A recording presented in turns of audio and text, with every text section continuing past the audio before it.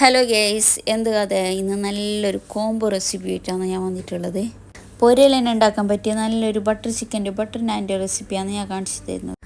ആദ്യം നമ്മൾ butter chicken എങ്ങനെ ഉണ്ടാക്കുന്നത് നോക്കിയിട്ട് വരാം. കഴുകി വൃത്തിയാക്കിയ ചിക്കനിലോട്ട് ആവശ്യത്തിന് ഉപ്പും മഞ്ഞൾപ്പൊടിയും മുളക് പൊടിയും ഗരം മസാലയും ആവശ്യത്തിന് തൈരും ഇട്ട് നന്നായി മിക്സ് ആക്കാം. ഇതൊരു അരമണിക്കൂർ ഇനി റെസ്റ്റ് ചെയ്യാൻ വെക്കണം. ആ സമയത്ത് നമുക്ക് ബട്ടർ നാനുള്ള റെസിപ്പി കണ്ടിട്ട് വരാം. ആദ്യം ഒരു ബൗളിലേക്ക് കുറച്ച് പാലൊഴിക്കുക. എന്നിട്ട് പഞ്ചസാരയും ഉപ്പും ബട്ടറും ചേർത്ത് നന്നായി മിക്സ് ആക്കാം.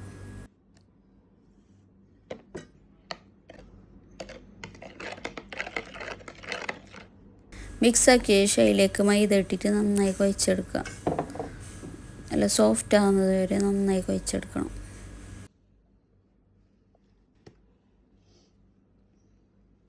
ഇങ്ങനെ മതി. ഇത്രയായി കഴിഞ്ഞാൽ പിന്നെ കുറച്ച് മുകളിലേക്ക് എണ്ണ വരട്ടിയിട്ട് റെസ്റ്റ് ചെയ്യാൻ വെക്കാം. ഒരു മണിക്കൂറെങ്കിലും റെസ്റ്റ് ചെയ്യാൻ വെക്കണം. ആ സമയത്ത് നമുക്ക് ബട്ടർ ചിക്കൻ ഉണ്ടാക്കിയിട്ട് വരാം. റെസ്റ്റ് ചെയ്യാൻ വെച്ചിട്ടുണ്ടെങ്കിൽ ചിക്കൻ എടുത്തിട്ട് ഫ്രൈ ആക്കിയിട്ട് എടുക്കാം.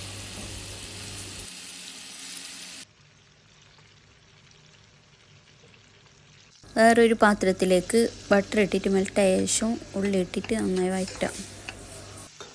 ഇതിലേക്ക് പച്ചമുളക്, ഇഞ്ചി, വെളുത്തുള്ളി കഷ്ണാക്കിയിട്ട് ഇടാം. പേസ്റ്റ് ഇടണില്ല, എല്ലാം ജാറിലിട്ടിട്ട് അടിക്കാനുള്ളതാണ്. ഇനി ആവശ്യത്തിന് ഉപ്പും തക്കാളിയും അണ്ടിപ്പരിപ്പും ഇട്ടിട്ട് വഴറ്റിയിട്ടെടുക്കുക. തക്കാളി വാടിയ ശേഷം കുറച്ച് മുളക് പൊടിയും ഗരം മസാല ഇട്ടിട്ട് നന്നായി വഴറ്റാം. അതിൻ്റെ പച്ചമണം മാറുന്ന വരെ വഴറ്റാം.